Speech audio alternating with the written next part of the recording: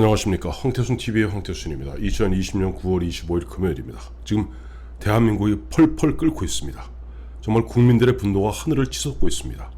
문재인 대통령, 우리의 어업지도선 47세 이모 씨가 비참하게 죽음을 맞고 시신이 불타는 그 순간 뭐 했는가? 33시간 동안 그 행적을 갖다가, 문재인 대통령 행적을 갖다가 분초 단위로 공개하라. 국민들이 강하게 격렬하게 요구하고 있습니다. 이 뒤에 배경사진은 어제 오후에 문재인 대통령이 아카펠라라고 있습니다. 뿌빠뿌빠 소리 내는 거, 그거 듣는다고 정말 한가로운 분입니다. 실제 그와 같은 행사가 준비되어 있다 할지라도 이와 같이 그야말로 대한민국 국민이 북한군에 의해서 참혹하게 마치 개 돼지 마냥 참살당하고 그 시신이 해상에서 불타고 있었다는 사실이 드러났다면 응당 행사를 취소했었어야죠. 그런데 문재인 대통령은 감이 없는 것인지, 흔히 이야기해서 무슨 인지 감수성이 없는 것인지 한가롭게 아카펠라 감상하고 있었습니다. 제가 그 문제를 다투려는 것은 아닙니다. 지금 민홍철 국방위원장의 어떻게 보면 이야기에 따라서 이씨 47세 이씨가 결코 월북할 수 없다는 결정적 증거가 국방부의 보고에 의해서 민주당 소속의 민홍철 국방위원장의 입을 통해서 드러났습니다. 지금도 보면은 김어준 씨, 예상했던 대로입니다. 벌써 어제부터 보면 계속 이 씨를 갖다가 자진 월북 이쪽으로 계속 몰아가려 한다. 제가 경계하지 않았습니까? 역시 아니나 다를까 김어준 씨 본격적으로 교통방송 통해서 계속 그 사람은 자진 월북자다 라고 단정적으로 이야기하고 있습니다. 이 씨의 형과 이 씨의 가족들 반드시 김어준 씨를 갖다가 법에 심판대에 올려주시기를 부탁드립니다. 또 그 시신을 갖다가 유기하려고 기름을 부어서 화형을 시켰던 그것을 놓고 화장을 했다고 합니다. 김어준 씨 인생 그렇게 사시다가는 나중에 정말 큰 코 다칩니다.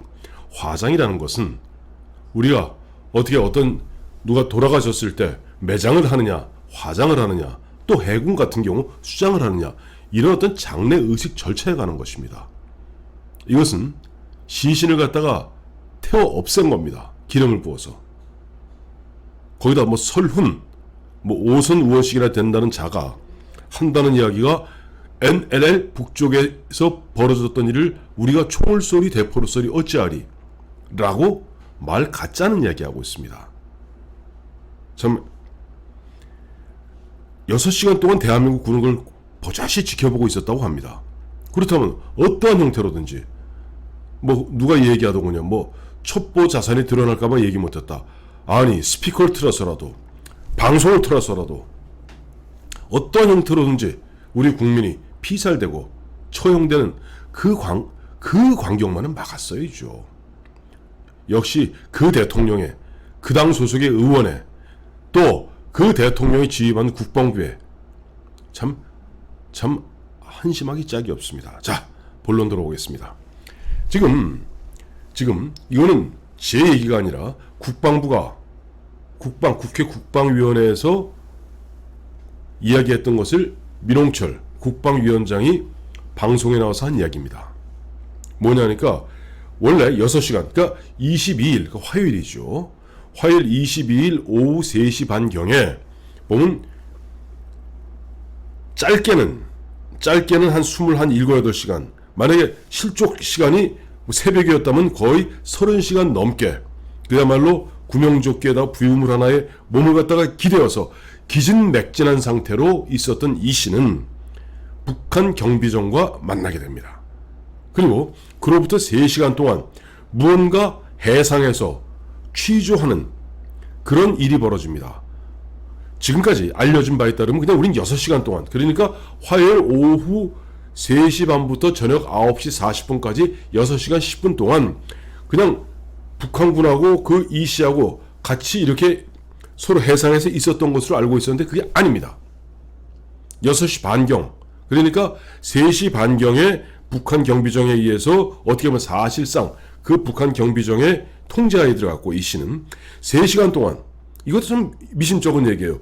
자주 놀부겠다면 제가 의거 이쁘겠습니다. 김정은 위원장 밑에서 살고 싶어서 왔습니다. 이 얘기하면 금세 해결될 일을 갖고 왜 3시간씩이나 해상에서 이른바 신문을 했는지. 그리고 6시 반경에 보면 그들이 북한 경비정이 이 씨를 끌고 가기 위해서 이 씨가 타고 있던 부유물에다가 밧줄을 묶어서 끌고 가던 중 밧줄이 풀렸다고 합니다.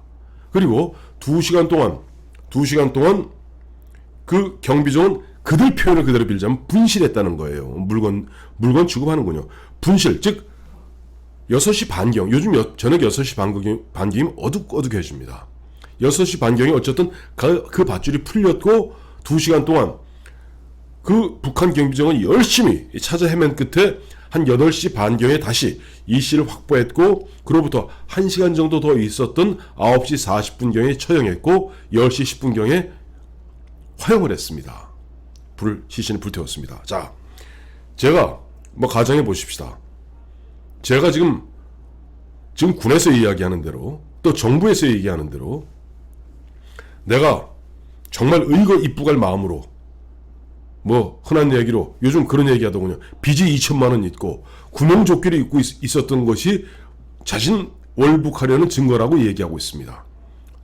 근데 내가 자신 월북하려는 사람이 3시간 동안 신문했다는 것도 우스운 이야기지만, 내가 그토록 그리던 북한 땅에 들어가고 있는데 코로나 때문에 직접 배에 못 싣고 예를 들어 부유물에다가 밧줄을 묶어서 끌고 갔다고 칩시다. 그러면 나는 정말 너무나 기쁠 거예요. 근데 밧줄이 풀렸어.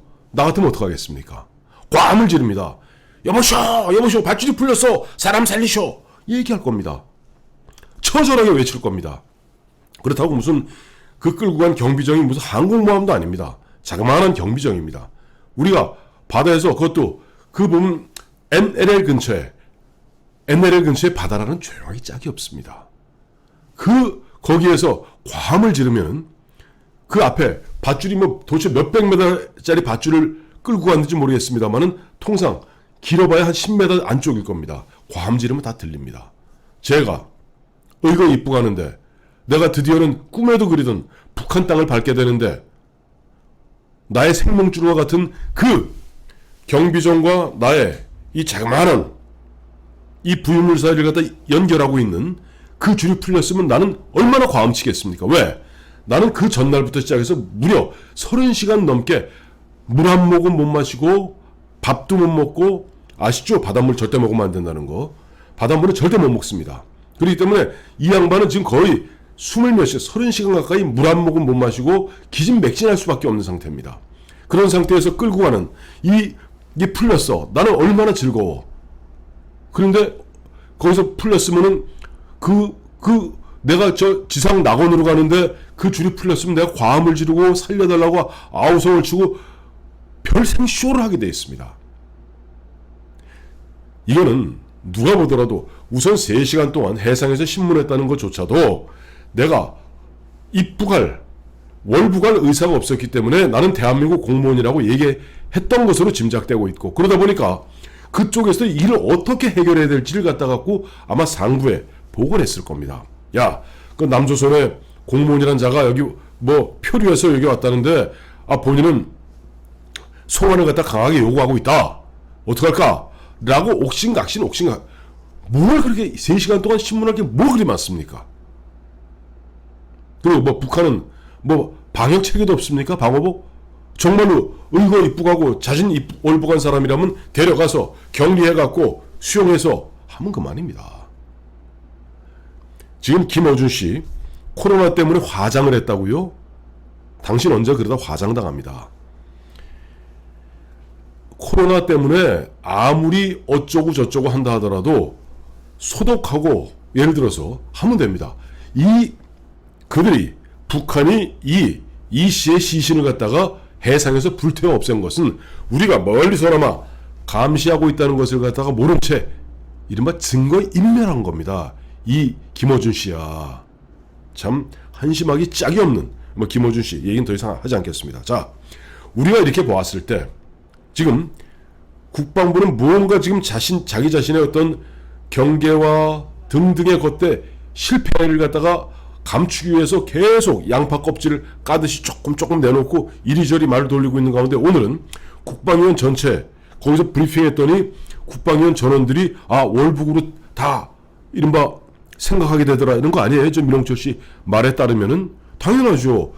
지금 국방부 이 군 쪽에서는 이 사람이 월북했다는 식으로 자꾸만 여러 가지 말을 만들어서 흔한 얘기로 추미애 식으로 소설을 써갖고 국방위원들을 세뇌하고 있는 겁니다. 최소한 국민의힘 국방위원들은 그렇게 얘기하면 됩니다. 국민의힘 국방위원들 지금 당장 이 방송을 듣는 이 순간 빨리 이것저것 방송에 나가고 또 기자들을 만나서 이거는 나는 최소한 이 씨가 자진 월북했다는 군의 주장에 동의한 적이 없다는 걸 반드시 밝히십시오. 안 그러면은 당신들은 조만간 머지않은 시기 내 야당 국방위원이라는 자들이 군이 만들어낸 이런저런 소설에 현혹되어서 같이 깨춤을 추었다는 비난을 면키 어렵습니다. 자, 다시 한번 말씀드리겠습니다. 오늘 오늘 25일, 올 10월 1일이 국군의 날인데 오늘 25일 오늘 특전사령부에서 국군의 날 72주년 행사가 있었습니다.